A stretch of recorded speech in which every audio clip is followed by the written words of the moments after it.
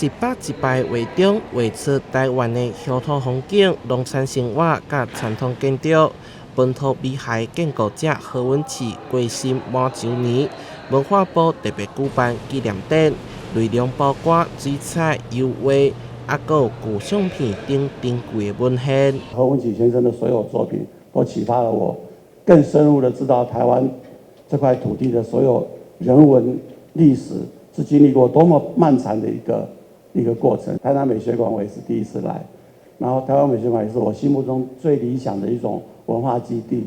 我未来很想推动，就是在台湾找100个文化基地。文化部长李婉上任了后，头摆来到台南，表示想要让文化部伫全台成立100处文化基地，就参像台南生活美学馆，串联南部7个馆区。其实台湾经过这么长一段时间的设造，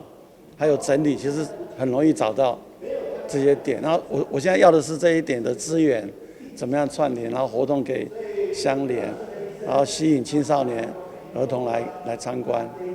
然后最后它可以变成一个文化的产值跟经济。李婉积极走访各场馆，对未来整个文化政策有新的想法，希望连接各项文化软硬体，形成文化产值及经济效益。台南新闻所采访报道。